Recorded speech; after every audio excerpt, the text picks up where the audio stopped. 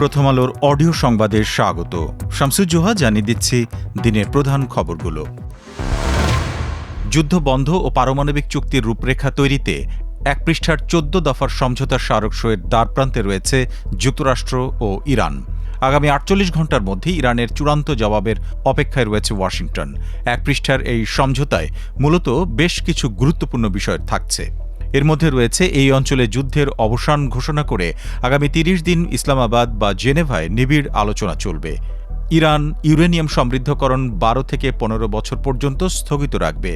মেয়াদ শেষে তারা সর্বোচ্চ ৩.৬৭% ইউরেনিয়াম সমৃদ্ধ করতে পারবে।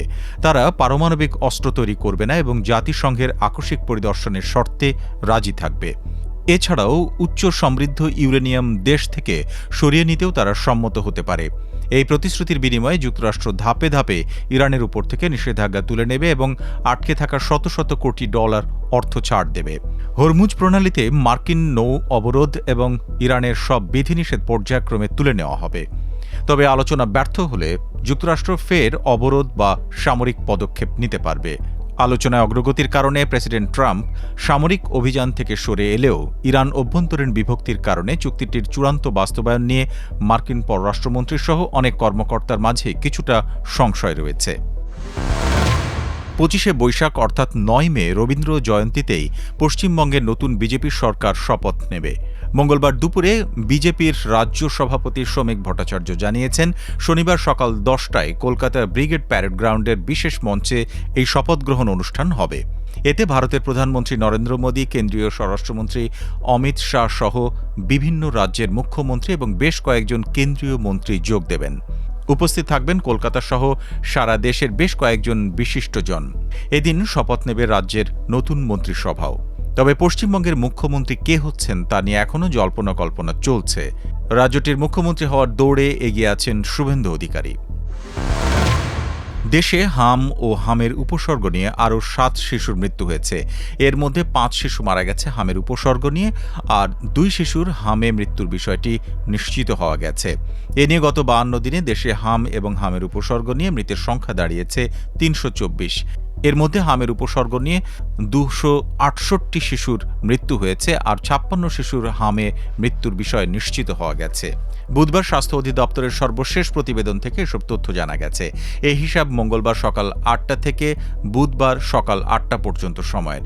গত ২৪ ঘণ্টায় হাম এবং হামের উপসর্গ নিয়ে যে ৭ শিশুর মৃত্যু হয়েছে তাদের মধ্যে ২ শিশু চট্টগ্রাম বিভাগের এবং ২ জন রাজশাহীর। এছাড়াও সিলেট, খুলনা এবং বরিশালে একটি করে শিশুর মৃত্যু হয়েছে। এদিকে বাসসের খবরে বলা হয়েছে, হাম, রুবেলা, ওরাল পোলিও সহ ১০ ধরনের টিকার নতুন চালান দেশে পৌঁছেছে। বুধবার দুপুরে হজরত শাহজালাল আন্তর্জাতিক বিমানবন্দরে এই নতুন চালান এসেছে। গত এপ্রিল মাসে সারা দেশের সড়কে ৪৬৩টি দুর্ঘটনায় ৪০৪ জন নিহত এবং ৭০৯ জন আহত হয়েছেন। নিহতদের মধ্যে নারী ৫৩ জন, শিশু ৪৮টি। এসব দুর্ঘটনায় ১৯৪টি ঘটেছে যানবাহন নিয়ন্ত্রণ হারানোর কারণে। পথচারীকে চাপা এবং ধাক্কা দেওয়া হয়েছে, আর ৯৭টি ঘটনায় যানবাহনের মধ্যে মুখোমুখি সংঘর্ষ হয়েছে। দুর্ঘটনার মধ্যে সর্বোচ্চ ১৯৩টি ঘটেছে দেশের আঞ্চলিক সড়কে, যা মোট দুর্ঘটনার প্রায় ৪২%। জাতীয় মহাসড়কে দুর্ঘটনা ঘটেছে ১৬৮টি, বাকিগুলো ঘটেছে শহর এবং গ্রামের সড়কে।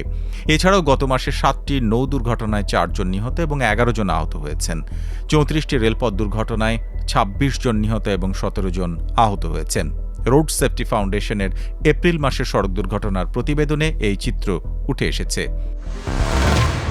এই ছিল এখনকার মতো প্রথম আলোর অডিও সংবাদ। শুনুন আমাদের ইউটিউব চ্যানেল, ফেসবুক পেজ এবং ওয়েবসাইট prothomalo.com-এ।